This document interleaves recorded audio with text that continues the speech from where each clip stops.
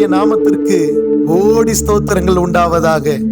பிரியமான தேவனுடைய பிள்ளைகளே, இந்த நாளிலும் கூட நீங்கள் என்னோடு இணைந்து சங்கீதம் 136வது சங்கீதத்தை நாம் வாசித்து அந்த ஒவ்வொரு வசனத்திற்கும் நாம் கர்த்தரை ஸ்தோத்திரிக்க போகிறோம். இதை நாம் செய்யும் போது நம்மளுடைய வாழ்க்கையில் உள்ள தடைகளை பரலோக தேவன் தகர்த்தெறிய போகிறார். பரிபூரணமான ஒரு வெற்றியை கொடுத்து தடைப்பட்ட எல்லா தடைகளையும் கர்த்தர் உடைத்து நமக்கு பெரிய பெரிய வாசல்களை ஆண்டவர் திறக்க போகிறார். நம் மகிழ்ச்சியோடு கூட இந்த சங்கீதத்தை நாம் வாசித்து கர்த்தரை ஸ்தோத்திரிப்போம். கர்த்தரை துதியுங்கள், அவர் நல்லவர், அவர் கிருபை என்றும் உள்ளது. கர்த்தருக்கு ஸ்தோத்திரம். தேவாதி தேவனை துதியுங்கள், அவர் கிருபை என்றும் உள்ளது. கர்த்தருக்கு ஸ்தோத்திரம்.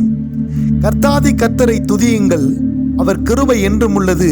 கர்த்தருக்கு ஸ்தோத்திரம். ஒருவராய் பெரிய அதிசயங்களை செய்கிறவரை துதியுங்கள், அவர் கிருபை என்றும் உள்ளது. கர்த்தருக்கு ஸ்தோத்திரம். வானங்களை ஞானமாய் உண்டாக்கினவரை துதியுங்கள், அவர் கிருபை என்றும் உள்ளது. கர்த்தருக்கு ஸ்தோத்திரம். தண்ணீர்களுக்கு மேலே பூமியை பரப்பினவரை துதியுங்கள், அவர் கிருபை என்றும் உள்ளது. கர்த்தருக்கு ஸ்தோத்திரம். பெரிய சுடர்களை உண்டாக்கினவரை துதியுங்கள், அவர் கிருபை என்றும் உள்ளது. கர்த்தருக்கு ஸ்தோத்திரம். பகலில்லாத சூரியனை படைத்தவரை துதியுங்கள், அவர் கிருபை என்றும் உள்ளது. கர்த்தருக்கு ஸ்தோத்திரம். இரவில்லாத சந்திரனையும் நட்சத்திரங்களையும் படைத்தவரை துதியுங்கள், அவர் கிருபை என்றும் உள்ளது. கர்த்தருக்கு ஸ்தோத்திரம். எகிப்தியருடைய தலைச்சன்களை சங்கரித்தவரை துதியுங்கள், அவர் கிருபை என்றும் உள்ளது. கர்த்தருக்கு ஸ்தோத்திரம். அவர்கள் நடுவிலிருந்து இஸ்ரவேலை புறப்பட பண்ணினவரை துதியுங்கள், அவர் கிருபை என்றும் உள்ளது. கர்த்தருக்கு ஸ்தோத்திரம். பலத்த கையினாலும் ஓங்கிய புயத்தினாலும் அதை செய்தவரை துதியுங்கள், அவர் கிருபை என்றும் உள்ளது. கர்த்தருக்கு ஸ்தோத்திரம்.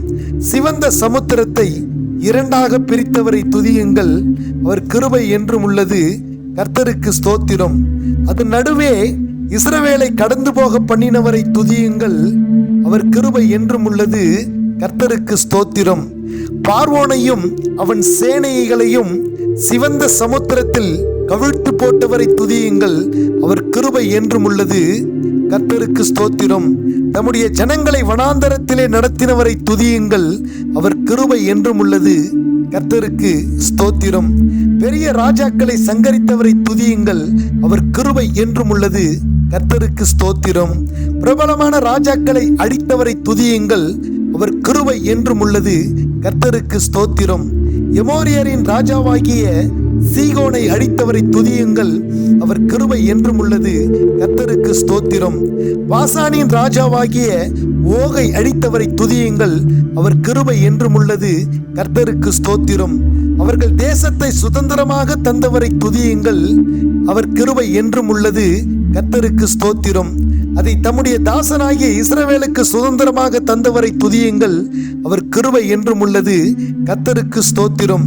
நம்முடைய தாழ்வில் நம்மை நினைத்தவரை துதியுங்கள், அவர் கிருபை என்றும் உள்ளது. கர்த்தருக்கு ஸ்தோத்திரம். நம்முடைய சத்துருக்களின் கையில் இருந்து நம்மை விடுதலை பண்ணினவரை துதியுங்கள், அவர் கிருபை என்றும் உள்ளது. கர்த்தருக்கு ஸ்தோத்திரம். மாம்ச தேகமுள்ள யாவுக்கும் ஆகாரம் கொடுக்கிறவரை துதியுங்கள், அவர் கிருபை என்றும் உள்ளது.